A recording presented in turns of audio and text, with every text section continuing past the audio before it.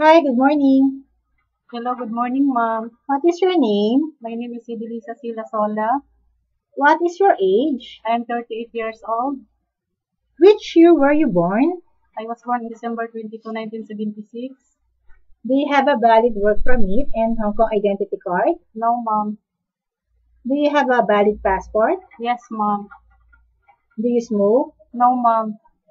Why do you want to work in Hong Kong? To earn money for my family. What is your hometown? Davao City, ma'am. What is your level of education? I am a high school graduate, ma'am.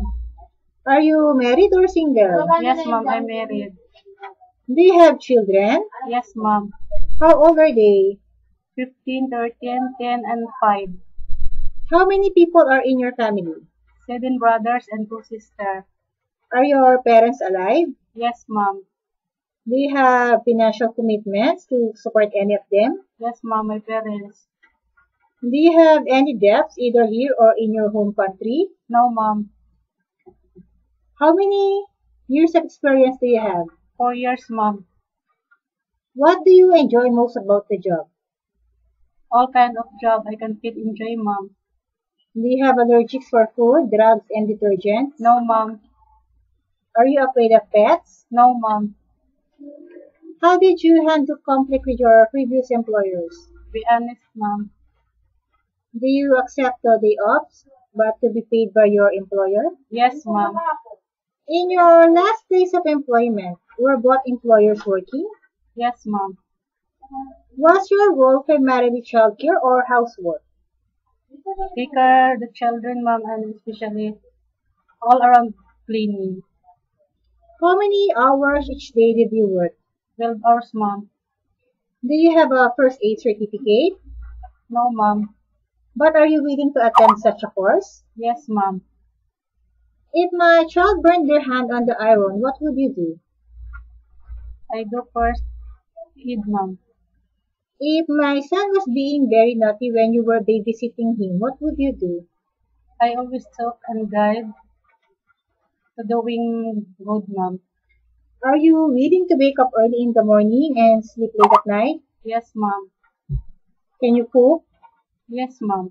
Which cuisines are you familiar with? Do you know how to cook Filipino food? All kind Filipino food, ma'am. Are you willing to cook Chinese food? Yes, ma'am. I'm willing to learn.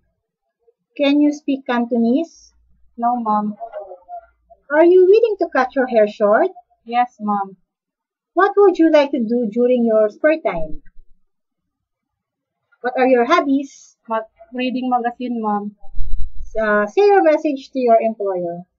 Sir, madam, pick me because I'm good, I'm honest, I'm responsible, and also hardworking. If you choose me, I do my best. If I will give totals of me, I'm doing my duties and responsibilities to serve your family as a household worker. Please sing one nursery rhyme.